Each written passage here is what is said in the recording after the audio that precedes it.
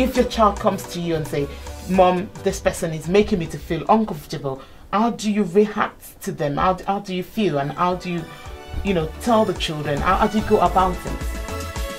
To be honest, there was a time that we were going swimming, and I have to tell my other son, join us, meet us somewhere. So as we are going, they probably did not see my daughter before.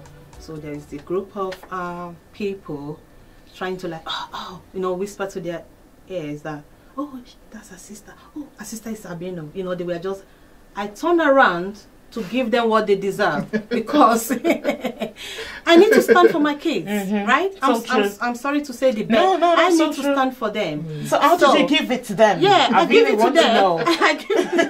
How did you do that? I give it to them. I said, look, you have to mind your business. Okay. And I showed to them, is this finger, is it equal? And they were like staring at me. My elder son was like, Mommy, no, I'm going to get into trouble. I know. I said, no, you don't know. You don't have to get into trouble. When you get to school tomorrow, anybody that call you names, come and tell me. I will go to your school and report to the head teacher. They were like, they all run away.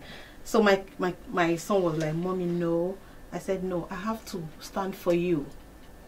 If I don't stand for you, if you cannot stand for yourself, my dear, I have to stand for you. So true. And in another way, when I'm not there, you have to stand for yourself.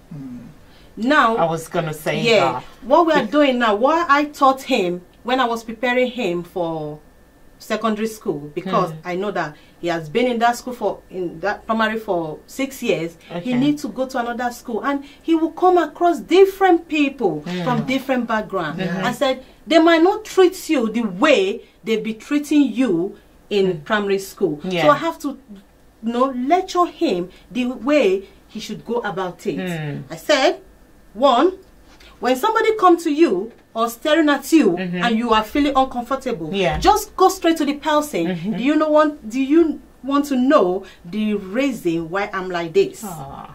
I said, what you need to do is on Google. You all have fun. Yeah. Because I have to, I said, what you need to do, Google it. If they cannot Google it and read it for them. Say, this is it. I'm albino, and this is what it is. It's two genetics that come together, two cells that come together that give it to me. So you don't have to fear anything. And it has been working. I love it. Gosh. I really like that. I like that. Yeah, it has been working. It will build his confidence. I'm telling you. Because you're not going to be there for him or with him every time. My husband became withdrawn when my son was diagnosed with severe autism. No. He finally abandoned us. It was indeed tough then. He is 5 now, but he's gorgeous and brings so much to my life. Please advise families to stick together. Chi, please.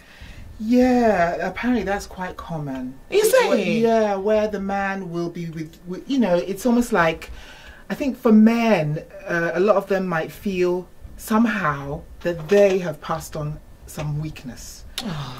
So you have, and there was a time even in this country, I don't know where this person is calling from, where they would do some kind of seminar for men who have children with special needs.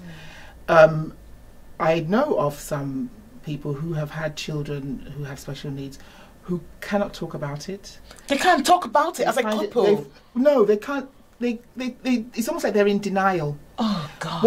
I've noticed that people almost do not want to really confront the situation that they have a child who has special needs. So I know friends who are teachers in schools who will say to me, Chi, what do you think about a situation where it's very obvious that this child has a special need, but the parents they're in denial, especially the man.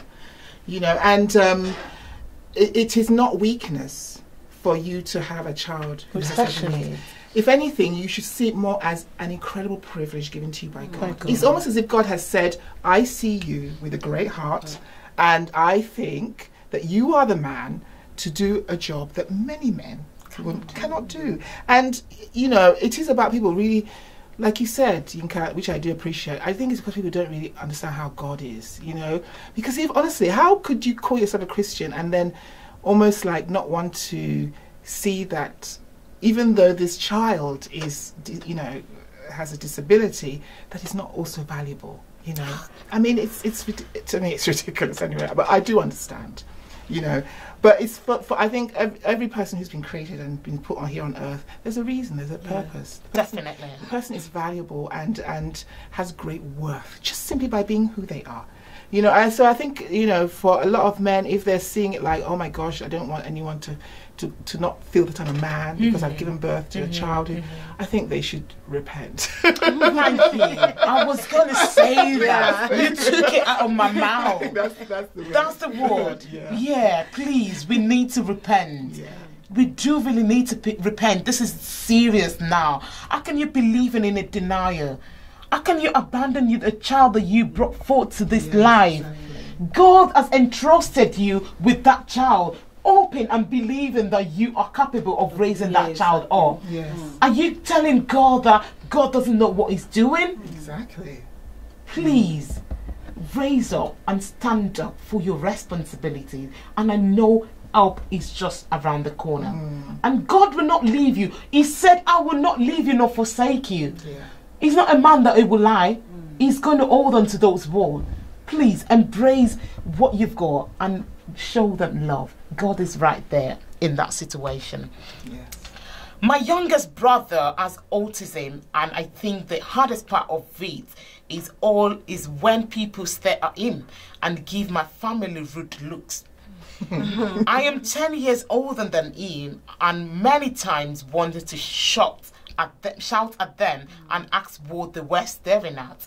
My brother is in college this year, and I'm so proud of him. Wow. I will be cheering so loud for him when he crosses the stage. Oh. I am glad that God made him with autism. Yes. He is accepting of others, but my kids too. I love how my kids don't see him as special needs. To them, it's just the really fun uncle. I really like that, and I hope that really encouraged somebody out there. Just love them. Exactly. And they can be whoever God wants them to be. Believe in them. Don't lose hope. Just because they've got special needs does not say they're not valuable, like you said. Yes. They are valuable. They're human beings. And they are so precious and special to God. And I want you to treat them specially. Thank you for that encouraging word. We have been praying that God will heal him, and by faith I refuse to accept the tag. I believe that everything God created is good, so also is my child. I have therefore declined to send him to a special school. I wonder why some people think I haven't made the right choice. Sure. What do you think, Chi? Yeah, I totally understand why she probably doesn't want to accept that, you know, she doesn't want to accept the label. But I do think she maybe does herself and her child a disservice by doing that. Now, you know, it is a bit of a tricky one, but the truth is that I think she too probably needs to change her mindset and see that, you know, number one, she's probably depriving her child of certain things that maybe could have helped him to, you know, learn things, become, you know, more of who he is. So, you know, I think she too possibly needs to embrace, you know, and see that it's not actually, see, this is what I mean by sometimes people think that they feel ashamed, almost as like they've been cursed.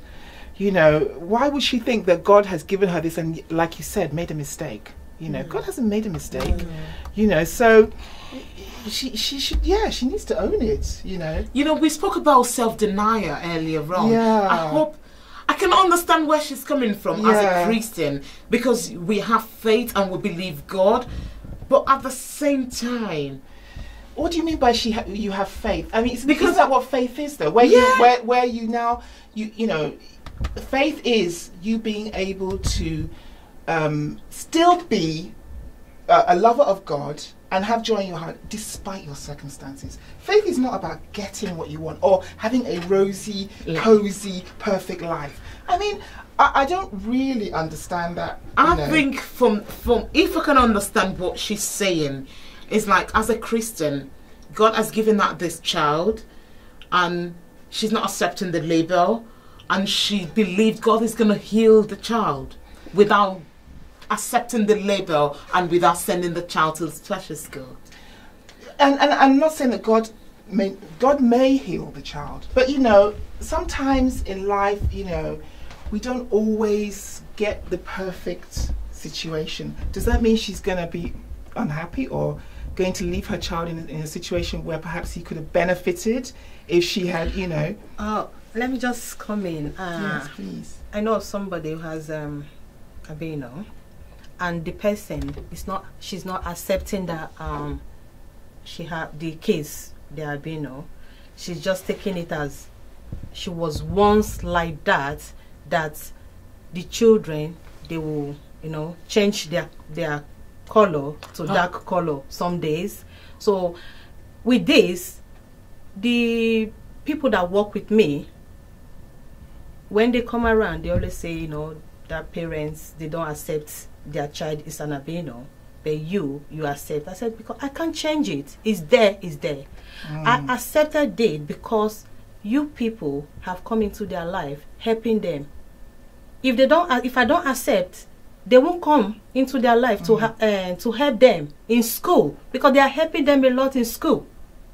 You know, 2 teachers normally from the sensory support service normally go to their school to help them. So if you don't accept, how will the child, you know, grow up to become what you want that child to be? Because you have to shape in this, you know, these people that have this condition. Last week in church, this lady, I was about to get into the car while this lady was like telling the daughter, why are you bending? You know, I said to the lady, God bless you, ma. I said, right, this is the same thing I'm doing with my kids. When I see funny things that I don't understand, I have to say it to that child straight. Because if you don't put them in the way that you want them to be, as if you know, they will go another way. They will just, you know, go another way. And by the time you try to put it together, it might be late. So it's better this person accept. You can't change it. You can't change it. You can't change it. It's already there. I think maybe we live in a society as well whereby people don't sometimes feel they can say, you know, it's where they can sort of almost like call, what's that expression where you call something a spade? Yeah, you know, like, you know, I know that sometimes people will say, okay, I don't want you to call me fat. I'm just going to say, you know, I don't want you to call me fat. But then you see that 10 years down the line, if you don't sort of help them understand that they are fat, and they'll even get fatter if they don't stop eating, then, you know, really, do you care? Do you care? It just shows that you're almost like you're trying to protect yourself from, I don't know what, to be honest. I think 10 years down the line, if this woman continues the way she is, I'm afraid reality is going to absolutely come and slap her on. You know, I'm sorry, I don't want to make her feel offended or anything like that. Yeah, I understand. But do you know what I mean? I just feel like there's no point trying to stop the inevitable. You know, this child, it sounds to me, is autistic, you know, and so not accepting it or not, you know, will actually cause more damage in the long run. And, you know, and it's not that God cannot heal them, but possibly, who knows, maybe God wanted to use the avenue of her accepting it to heal the child, because somebody will now come to that child's life who will understand how to help that child. But if she doesn't maybe accept that, then God, you know, parents, I would just say, you know, you have been chosen by God to do a great work, and that you know, I encourage you, you know, if any parent who has a child with special needs, obviously it shows that you must, there's something in you that God sees that has, where He has decided that you should be the one to raise these children. So please, you know, be encouraged, be courageous, and go for it. Thank you, Maria. Yeah, to support them with, so they can have normal life as other kids. If they're in school, let the teacher support them, family and friends, any environment they turn themselves in, they should have that love. They should accept them for who they are. they are not just made, they are made by God. They are human like us, so we should just accept them